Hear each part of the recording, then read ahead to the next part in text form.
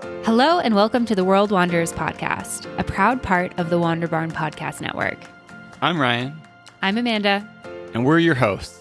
We're a traveling couple and digital nomads taking you on our adventures as we explore locations, destinations, and careers. Enjoy the show.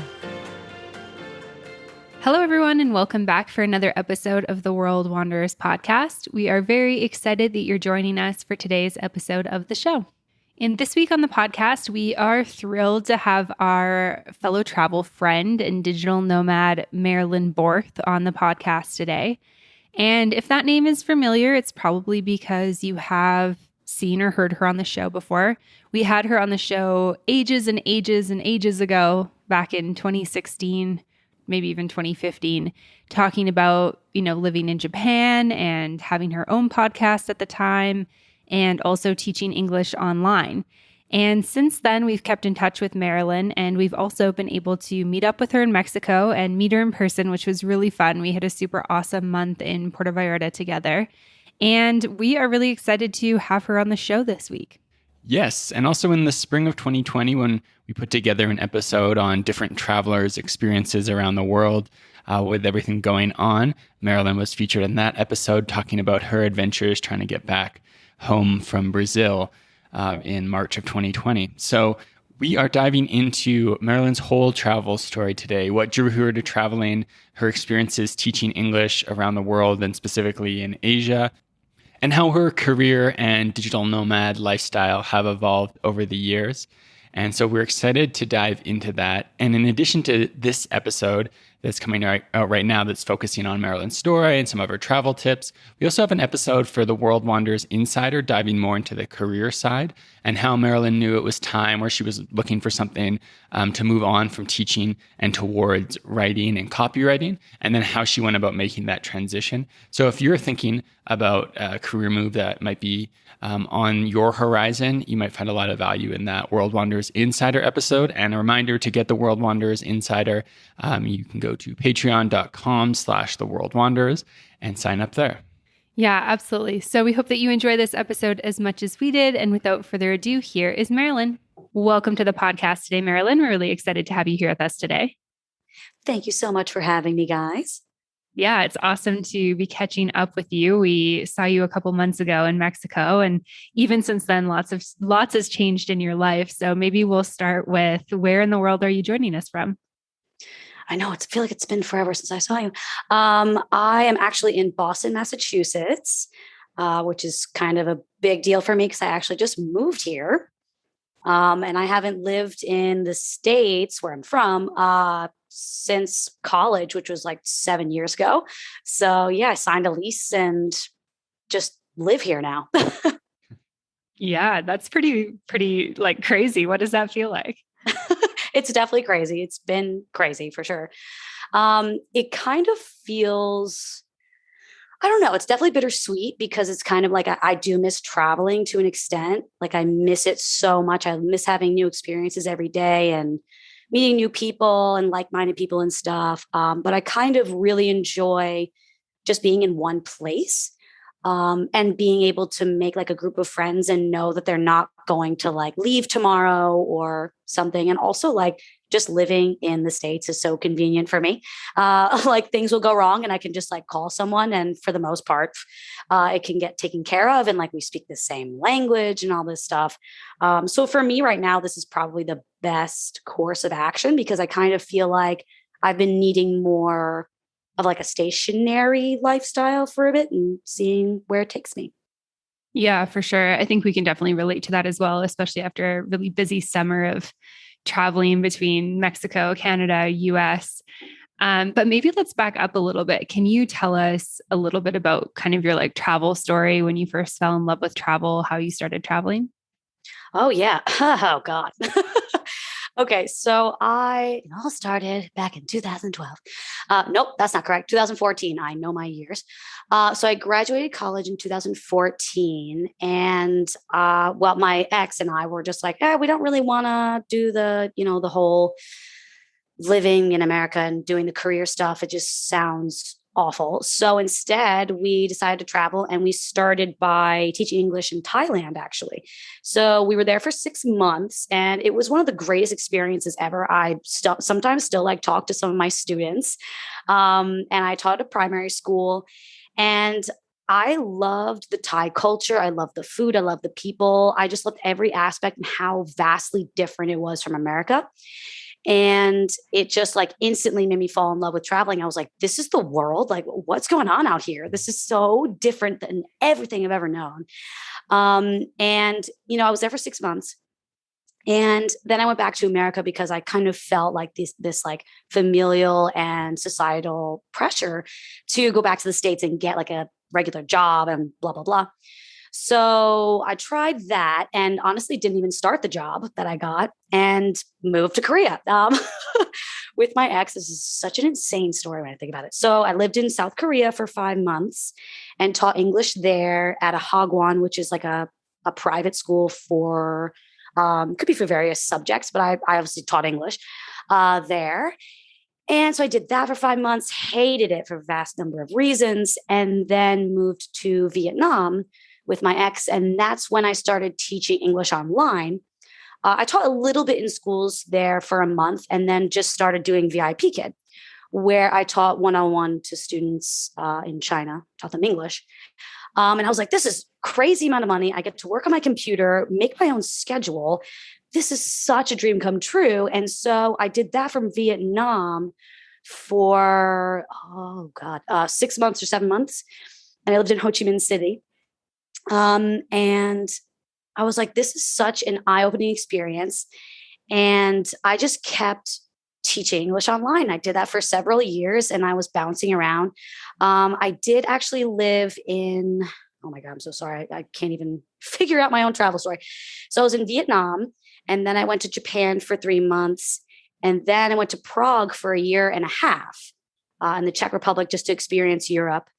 Still teaching English online, getting to travel. I didn't want to go back to the States and work there and live there. It just didn't appeal to me. Just seemed so draining on my soul and psyche and all that stuff. And I just love the luxury of working on my computer and making my own schedule and doing whatever I wanted. I love that freedom. And then trying to remember year numbers. So then in 2018, Yep, 2018. I'm like, I don't even know what year we're in. I thought you were going to say 2008, and I was going to be like, not right. Definitely not right. We can't go back in time that far, Marilyn. Come on now. Back when I was in high school. So 2018. So I actually moved to China with my ex, and we were teaching English there at separate schools. We signed contracts to teach in public schools for a year because we just kind of wanted to get back into like a physical teaching environment just to give it a little switcheroo.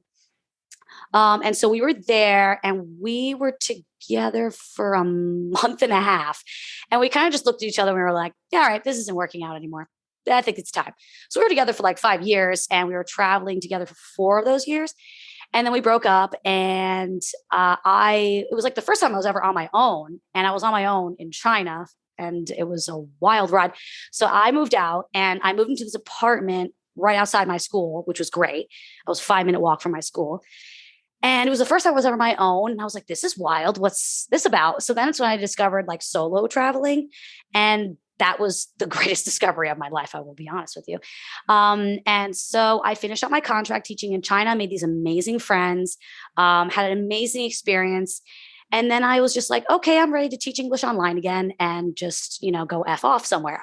So then I just started traveling around Southeast Asia. I went to Bali. I went to Malaysia. I also went to Vietnam again.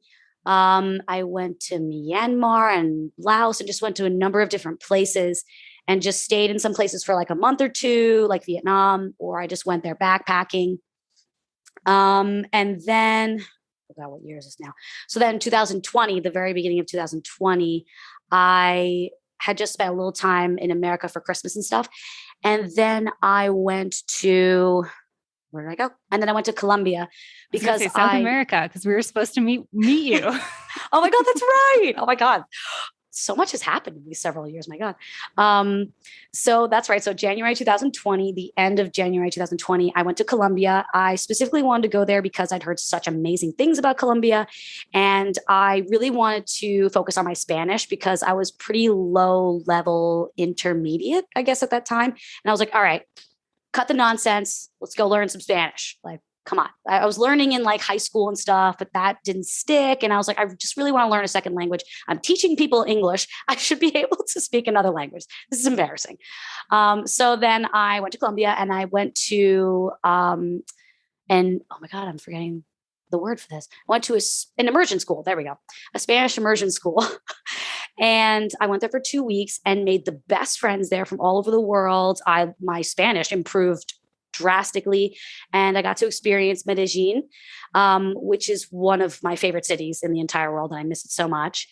So I was there in Medellin for a month, went to the school for 2 weeks, and then my Spanish was insane. And I was just speaking to everyone all the time for a month. And then I hear you cackling in there.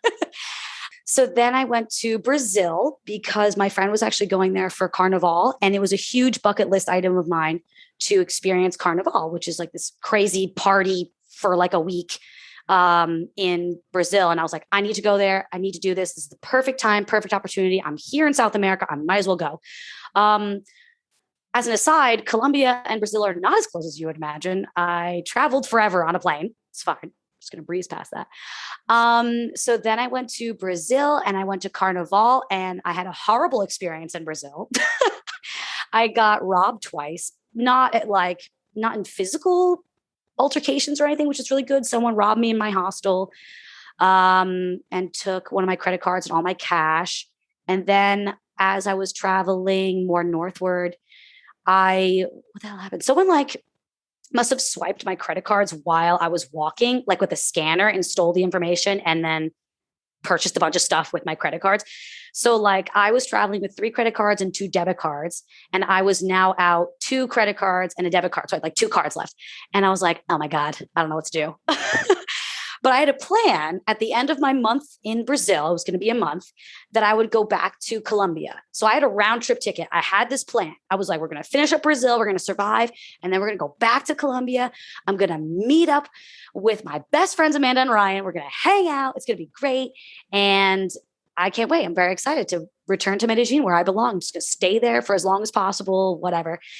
And then, COVID happened. It was March of 2020. And I was in Brazil and everything was just closing down and people were panicking. And I was like, what the hell is going on here? And so I had this flight to Colombia. And then, as I was planning to take the flight in a couple of days, I was like, I don't think the border is going to be open that long. Just going to go into panic mode here. So I bought a flight for the next day to Colombia. So I was like, all right, going to forego that flight, whatever, it's fine. And so I made the trek to go to that flight and with my friend who had a different flight to Boston the next day. It's the whole thing.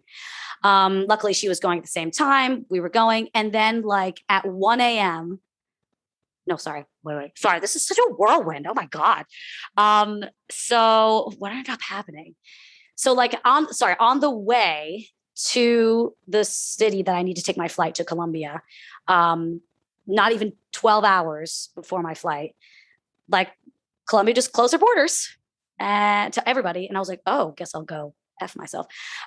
So I just was like, okay, but I don't want to go back to America, even though there's a pandemic occurring. I was like, I'm very stubborn. I don't want to do it. Don't make me do it. So I was devastated because I didn't get to see you guys cry. So then I was like, I'm going to go to Peru instead. It's right there. I wanted to go there anyway. It's fine. So I booked a flight to Peru at 10 p.m. and the flight was at 6 a.m. the next morning. And of course, 1 a.m. as I'm kind of packing my things up to go, flight was canceled because Peru closed their borders. And I was like, no, what is happening in this world? So then instead, I ended up going back to America. I got a flight actually to Boston with my friend, the same flight that morning, and then went back to America. And I was just stationary in America for a while. And then in January of 2021, I was like, I've had it with COVID. I've had it with America. I'm leaving. I want to leave. I don't want to do this anymore. I don't want to stay with my dad. So then I went to Mexico.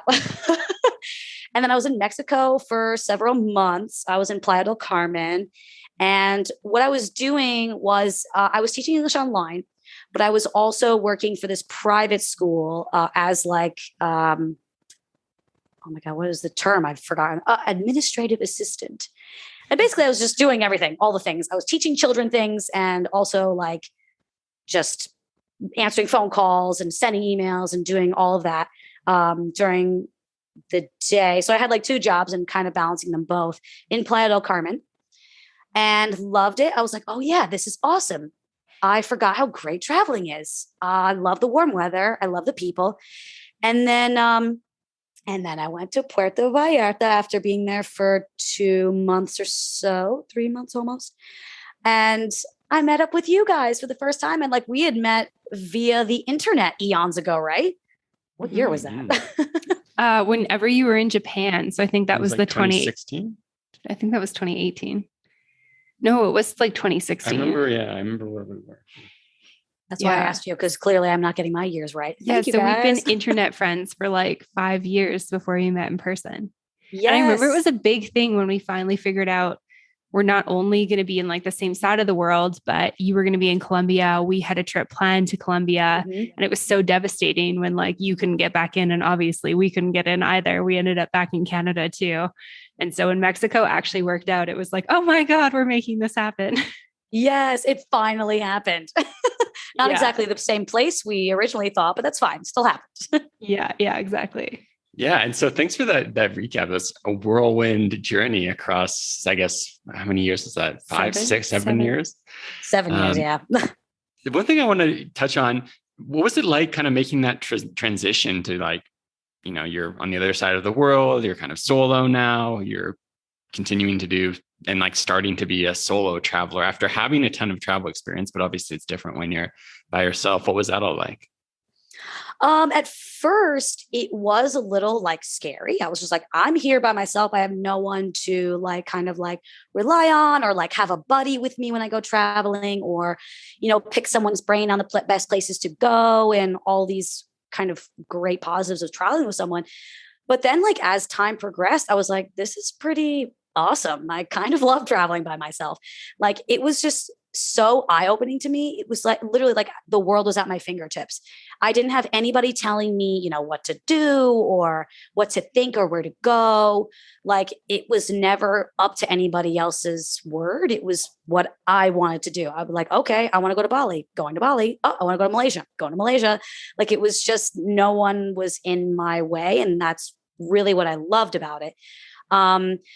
But then like transitioning to like working by myself too. Also, that was kind of a problem, like finances and stuff. Like when you travel with someone else, like they can help with Airbnbs, they can help with hostels and stuff, food, everything.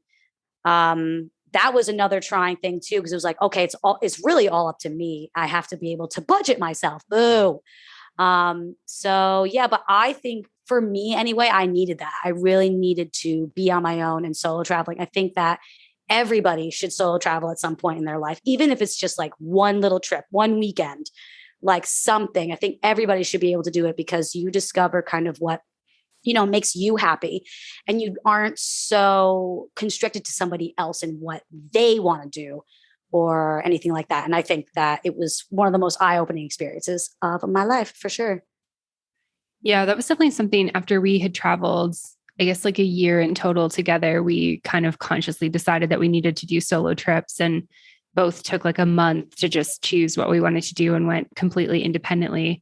We haven't really traveled a lot solo since then. And that was like 2015. So probably due to do that again. But I do remember just feeling like, wow, it is different to travel by myself versus with Ryan or versus with a girlfriend or my family, you know, whoever it is.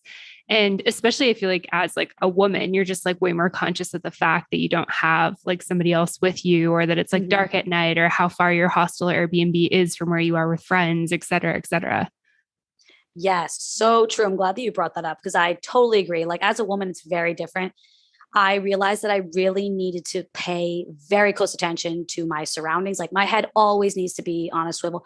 But it's true, like even in America, it doesn't really matter. It's everywhere. I have to be every woman when they go anywhere by themselves needs to be aware of their surroundings, what time it is, when the sun sets, like how far the walk is, if you're going in a dangerous, it's just like so many things to consider. But yeah, it's definitely amplified when you're traveling by yourself as a woman in different countries and stuff.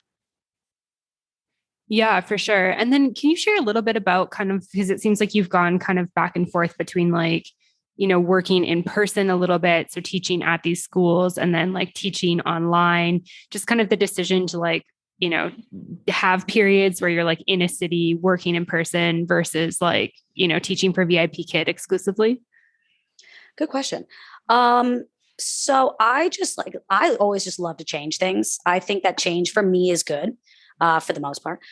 So like I loved being able to do VIP Kid because I love the virtual aspect of getting to know a student one-on-one. Like that is so special, but it's kind of, there's like a piece missing when you have to teach them through the computer. And I don't really know how to explain it per se, but like when I went to China, for example, and went from VIP Kid for a couple of years, right, online, all virtual, to going to China in a physical school, it was like a whole other experience. Like, I mean, I was teaching a ridiculous, like 700 students. It was kind of insane. So I didn't get to know all of them one-on-one, which also was kind of upsetting because I did want to get to know all the students, but it was so different to be able to be there physically. Not even to like hug students or anything, but it was just like a different atmosphere. And like after class, for example, like some students would come up to me and get to talk with me and, extend their time learning English. And like, it just was a different experience. And on top of that, like I was forced to be in China. I got to experience the culture. I got to experience the food. I got to also get to know other Chinese teachers and also other foreign teachers as well. So like with VIP Kid, I feel like a lot of that is missing. I don't get to just like talk to students after class. Like most of it is the material at hand, right? But also with VIP Kid, I don't get to meet other Chinese teachers. I don't get to meet any administrators or anything like that. And I don't even get to meet any other foreign teachers. I mean, there are ways around that, like Facebook groups and meetups and stuff. And that has helped a lot in my travels, but it's just very different than actually being in one place and meeting teachers who stay as well at the same school or nearby schools and stuff. So there are very different positives and negatives to both aspects for sure. Yeah, I think it's one of the hard things about being a nomad. It's like there's so many great things about it, but it's kind of that community part that you get. Like if you're just living in your home city and you have a job, you have like your high school friends and maybe you have some college friends and you've got your work friends and you've got like your friends' friends. And so much of that stuff as a nomad, you kind of have to like figure out yourself. Yes, that's very true. Like you have to go out of your way to make friends. I feel like when you live in your like hometown or home city or somewhat nearby, like you said, you have all these different friend groups like already kind of set in place. But when you travel, it's like, okay, I know nobody here, but no one's going to come really knocking on my door to become my friend. So I have to go and make friends myself, which can be like scary for a lot of people for sure. But it's just, you have to put yourself out there. Right. And that's the luxury of the internet. The internet's an amazing place. But yeah. Yeah, absolutely. The internet is an amazing place. One of the things that we've always struggled with a little bit about our traveling lifestyle has been getting enough fruits and veggies while we're on the road. That's why we're really excited to be partnering with Organifi. Organifi is a line of organic superfood blends that offer plant-based nutrition with high-quality ingredients and less than 3 grams of sugar in every serving. Organifi only chooses the highest quality plant-based ingredients for optimal health. Each blend is science-backed to craft the most effective doses with ingredients that are organic and free of fillers when possible. They mix convenience with great tasting flavors to get you all the nutrition you need while traveling. Yeah, and one of the things that we really love about Organifi is that they actually have travel packs. So not only was this brand designed to keep us healthy, it's also designed to be taken on the road with you. So you can get the green juice in travel packs, the red juice, the gold, the immunity, as well as a number of others in the single-serving travel packs. For us, we've been traveling with the green juice, the red juice, and the immunity, and we really love these flavors. Yeah, I've been taking the green juice in the morning to make sure I'm getting lots of goodness for my day. And then whenever we make a smoothie, we've been mixing in the red juice, which adds lots of goodness while also just being very, very tasty. Yeah, and then of course the immunity has been awesome in times where we feel that scratchy throat or maybe a little bit of a sniffle coming on, and we're really excited to be hitting the road again soon with all of Organifi's different juice blends in our travel packs. So if you would like to get started with Organifi or check out what they have to offer, you can head on over to Organifi.com/wanderers and then use the code WANDERS, WANDERERS, to get 20% off your order. Once again, that's Organifi.com/wanderers and use the code WANDERS for 20% off. And so you've traveled the whole world, but especially Asia, have been all over Asia and spent a lot of time there. What are kind of your, obviously a lot of people are interested in going and working and traveling in that region of the world. What are some of your favorite places in Asia? Oh God. Such a difficult question, Ryan. I love so many places in Asia. All right. So I'll start off with the more like, classic options. Definitely love Japan. Big love for Japan. The food is just otherworldly. Like we all know that like the Western society, like we all have Japanese food, we have sushi and ramen and stuff, and it's really, really good, but it's just amplified in Japan. Like there are these amazing options that we already know of, and then there are far more. And it's like, you can just go to any restaurant, pretty much any restaurant, and it'll be so good. Like you can go to like fast food places in Japan and they're slamming. All the food there is so good. And the culture is amazing. People are so polite. And it's such a beautiful country as well. And everything just goes so smoothly. Like I remember like riding the subway in Tokyo even, or in Osaka. And I would just be like, all right, it's too quiet in here. There are no people breakdancing. Like it's clean. What's going on? When are the problems going to unroll? And nothing ever went wrong. It was really amazing. So Japan is great for that. But there is a big language barrier. I do remember that. But other than that, it's just so amazing. What else? Vietnam is definitely one of my favorite countries in the world, not even just Asia. They just have incredible food. And it also differs like in the certain regions that you go to. So like everybody knows about pho, right? That kind of like beef noodle soup or chicken noodle soup, whatever you want to call it. And it's so good there for sure. But there are also other dishes. Like if you go to the north of Vietnam, they have different options. Like, of course, I'm forgetting the name of my favorite dish. I'm worried for myself. But they have different dishes everywhere you go in Vietnam. But also the landscape is so different. Like you can go to the ocean and see like these pristine beaches, these white sand beaches, or with crystal clear waters, right? Or you can go to the desert, or you can go to the jungle, or you can go to these mountains that are like 75 degrees all year, or these bustling cities. Like it's just such an insane place in the greatest ways. And the people, at least in my perspective, are really, really friendly. Also, it's so cheap there. It's ridiculous. What else? I could go on about Vietnam forever, so I won't. So Vietnam was amazing. I'm trying to think maybe one more place. I will say, honestly, I'm going to say China. I think that everyone should really try to go to China because it is just so different from everything we've ever known. Like it's so different. And honestly, the people are so generous and kind and welcoming to most foreigners. I'll just put that caveat there. But they are just like, and their food is slamming, and they have so many different options.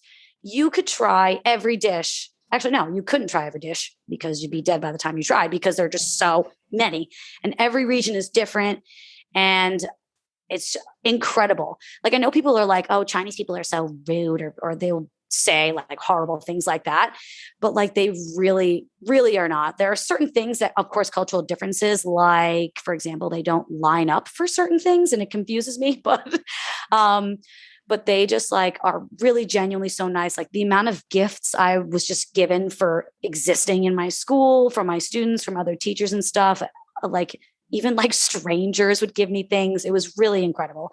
Also just a beautiful, beautiful country in general. But yeah, okay. So those are my three. Yeah, that's a really good list. I mean, Japan's definitely at the top of ours. And it's actually kind of funny you mentioned about the trains. I think this was in Japan that this happened, where we like walked onto a subway and with like a pretty decent subway like ride in Tokyo. I think it was like 20 to 30 minutes. Mhm. And I opened like a bag of chips and I'm just sitting there like munching on chips. And all of a sudden I had one of those moments where we were actually both eating them. You know, you kind of realize that like there's people kind of looking at you and you're like the only person making noise and the noise you're making is chewing. And I kind of look around and people are so polite there, right? Nobody's said anything to me and they're kind of just like side glancing at me. And then I like look up and I see like a sign that's like no food on the subway. Look around, it's like nobody's eating, nobody's drinking, nobody's talking on their cell phones. Like everyone's just quiet and polite. And I was like, oh, I guess we'll save this snack for later. And you're just sitting there munching on your loud potato chips. Yeah. And it's I kind of love funny that. because we have these like kind of like what you were talking about with China, right? It's like there's these stereotypes. We have these ideas of how maybe quote unquote we're better in some ways, but it's like so easy as a foreigner to kind of do things that are very faux pas, right? Like I'm sure there was like, Japanese people on there that were like horrified that I was like, smacking my mouth with chips on the subway. Like, how rude is that? Probably like licking your fingertips of the dust, like, and they're just like, "Oh my god, this is dirty." Oh yeah, I'm totally like a finger licker when I eat chips. I was 100% doing that. Sorry, everybody, you're getting a show on this subway today. Yeah, for sure. But I'm curious to the point of lines in China. I wonder if the pandemic's like changed that at all. Cause I feel like there's some interesting things we've noticed in Mexico as shifts, just in terms of like more systems being like digitized and, they really practice like the distancing and lining up, which Mexico was never like horrible for that, I don't think. But I think it's like people like recognize personal space in a different way now. So I'm curious if China's gone through that as well. Me too, actually. I wonder, maybe I'll have to ask some people I know in China. Yeah. If anyone's Very listening curious. isn't in China, please let us know. Send us an email. Yes, fill us in. And so I'm curious kind of from a career perspective. I know we talked about some of the shifts you made before, but getting to Mexico, you were working for VIP Kids still, and then also working for a private school, like you said. And obviously you've made some big shifts now, which we can get into in a little bit, but had you kind of like gone from the point of feeling like, oh, this is amazing. Like I can teach English from anywhere. I can, set my own schedule. I get to make money. I get to travel the world. Like had the enchantment of that kind of wore out when you decided to kind of take on that second job and start making some shifts? Yes, actually, it definitely got exhausting for me. So when I was in Asia, because I was in Asia before I went to Mexico, et cetera, I could easily just do VIP Kid all day because of the hours, right? When you work for VIP Kid, you have to adhere to the Chinese hours, right? Because they're in China. Of course, they can't be learning at 3 a.m. their time, So when I was in Asia, it was like I was on the same time zone or a similar one. So I could work all day and that would just be my job. And it was great. But then I was like, but I don't want to have to live in Asia forever. I don't want to do that. I want to go to South America. I want to go to Mexico. I want to go to that side of the world. But I don't want to have to wake up at 3 a.m. and work I don't know, 3 a.m. to 8 a.m. or something. Because that's exhausting. Hello. I don't really need to explain that. So I kind of was just like, I need to find another line of work, but I only want to work virtually because I still want that freedom, right? I don't want to go to America and have a physical job, or I don't want to be in Mexico and have a physical job. I just don't want to do that. I still love and value my freedom of being able to pick up and go wherever I want.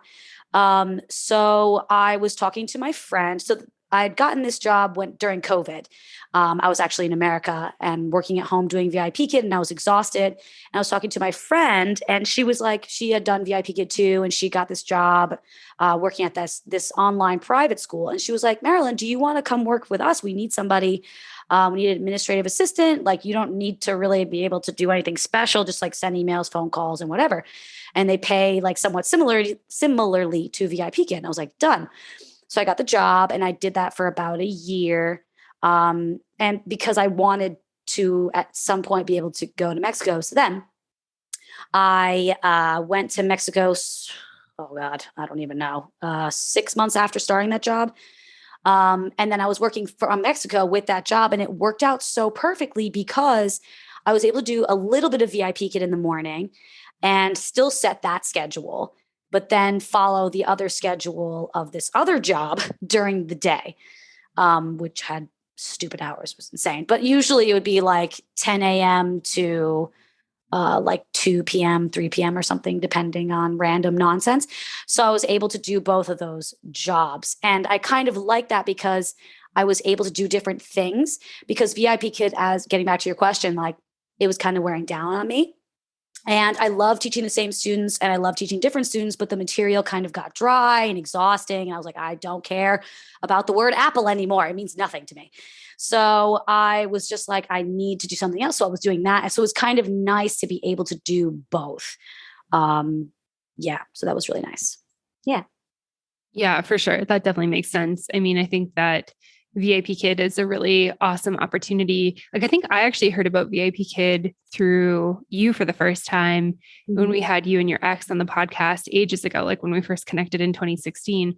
And I was like, wait, you make like $18 US an hour teaching English to Chinese kids? Like, tell me more about this. It really is like a really solid gig, I think, especially if you're starting out with nomad life. But I think we've both taught with them in instance of time. And I can totally hear you in terms of like, it just gets a little bit too much. And especially when you're having to get up at like god awful hours in the morning to like make it happen. And then if you don't get up and do it, you know, you lose your students, and then you're not making enough money, et cetera, et cetera, et cetera. So I think that definitely makes sense. Yeah, exactly. Because you have to they don't force you to follow a schedule, but if you want to get consistent students, you kind of need to like constantly open classes, and it can get exhausting for sure. Yeah.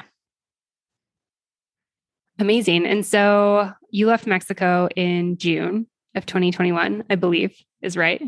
And headed back to the US to help your dad move and, you know, just have some family time and whatnot and enjoy American summer. And obviously you've decided to stay, which is super cool. Can you tell us a little bit about, you know, what kind of got you to the decision of like, okay, I'm, you know, ready to plant roots? Because I feel like so much of what I hear in your story is like, you know, I went traveling and I was like, I need to see the world, and, you know, came back, tried to do the adult thing, really couldn't do it. But, you know, obviously you've gotten to a point where you're like, okay, I need this a little bit. And I think a lot of us as travelers can really relate to that.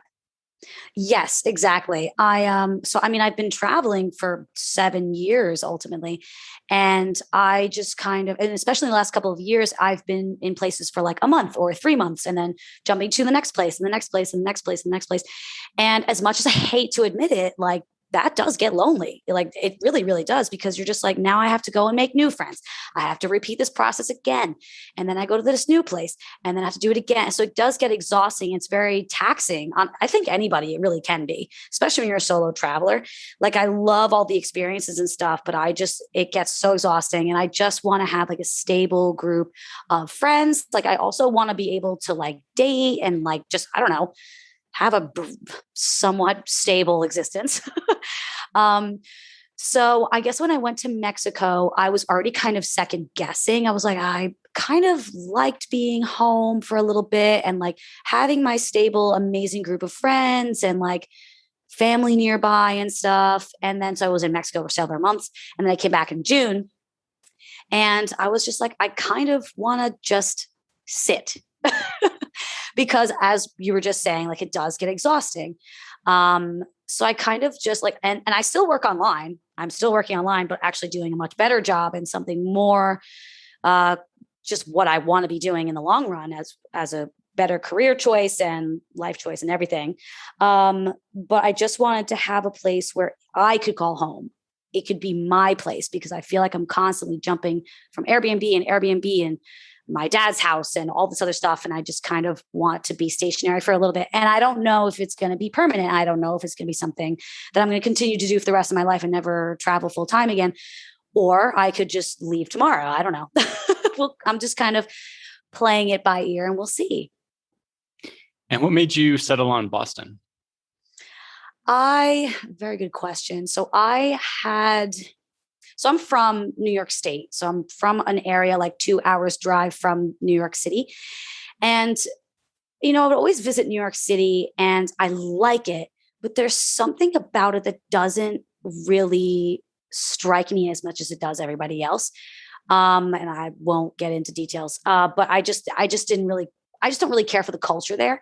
It doesn't really, connect with me. So I've been kind of looking for a city that's more populated in the Northeast, or somewhat close to like my friends and my family. But it's also not New York City. And I also don't like having a car. So I kind of wanted a place that doesn't require me having a car, that has public transportation and all that stuff, but it also has like a younger population as well. So I was just like, actually, it's kind of insane. So I went to go visit my friend Kat, who recently moved to Boston. I think she moved to Boston in June. And ironically, she and I actually met traveling in Vietnam a couple of years ago. And she's like one of my best friends now. And I went to visit her in Boston while I was in New York, staying with friends. And I just came to Boston and just to visit her for a few days. And I was like, I love Boston so much. I love the culture. I feel like it's so much more chill, I guess, than New York. I love that there's a beach over here. Not that I would go swimming in that beach, but it exists. And I don't know, I've always admired Boston. I really have. And she was like, well, it's really funny, Marilyn. I know that you kind of aren't sure about traveling so much anymore. I know these two girls from my high school who actually are looking for a roommate. And I was like, tell me more. So then I went to see the room and I went to see them, and they're like such chill and nice people. And I was just like, I kind of want to see this play out. So I was like, I'm in. So I signed the lease with them for a year. I didn't even really need to give a deposit. It was like first and last month. So if worse comes to worse, I hated it, which I don't see it happening, I can always leave. And that's that. I've done that before. So yeah, I just kind of was just like, I'm just going to kind of let all these signs and things that are appearing kind of unfold, and I'm going to listen to them and do them, and we'll see. So yeah.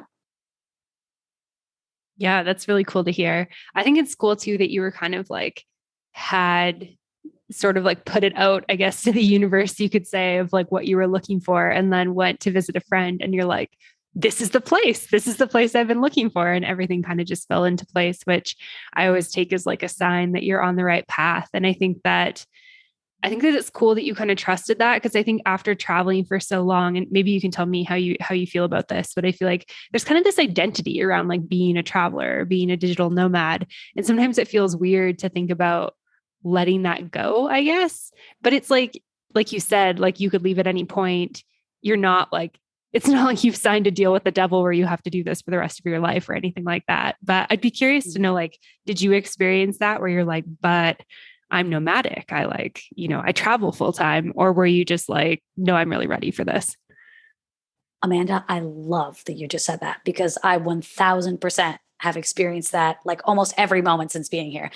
Like I try to like talk to people and I'll be like, oh yeah, but like I traveled the world for 7 years and stuff. And now I just, live here. And it's like so weird to not be like, hey, I actually am a full-time traveler. I'm like, oh, I just live in a place now.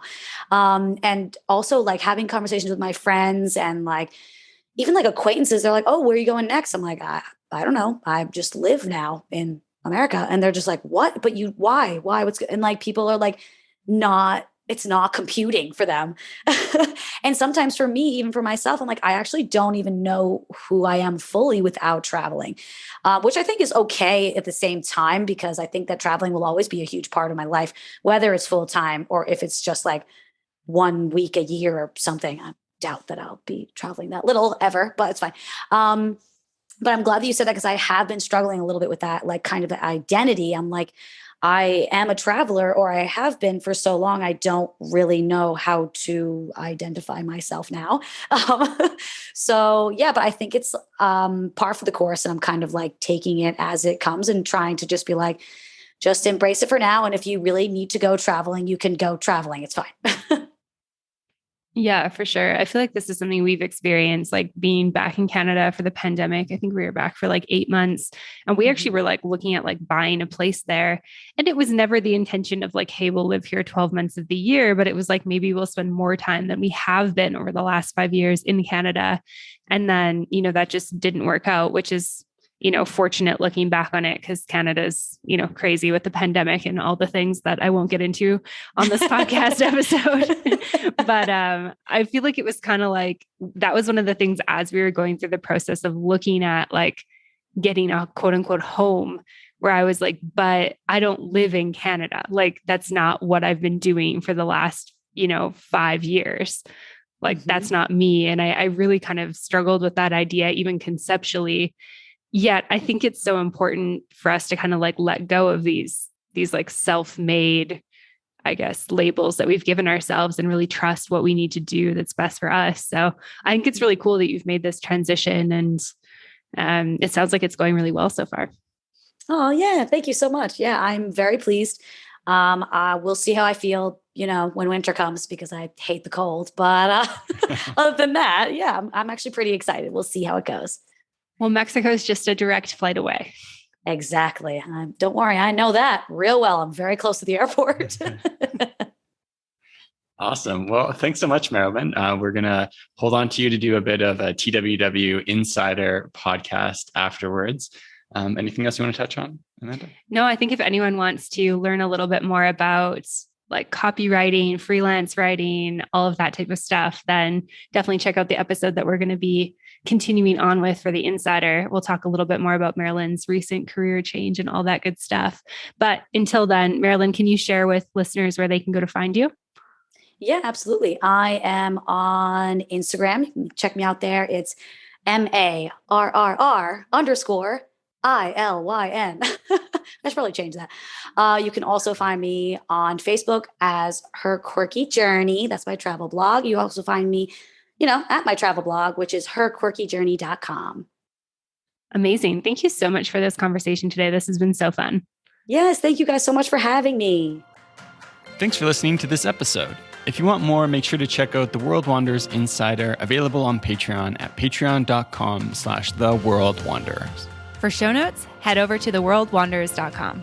Find us on social media at The World Wanderers Podcast, and join the private Facebook community at World Wanderers, a community for travelers. You can always get in touch with us at info@theworldwanderers.com. And if you enjoyed the show, don't forget to subscribe and leave a review. It really helps us find new listeners. See you next time.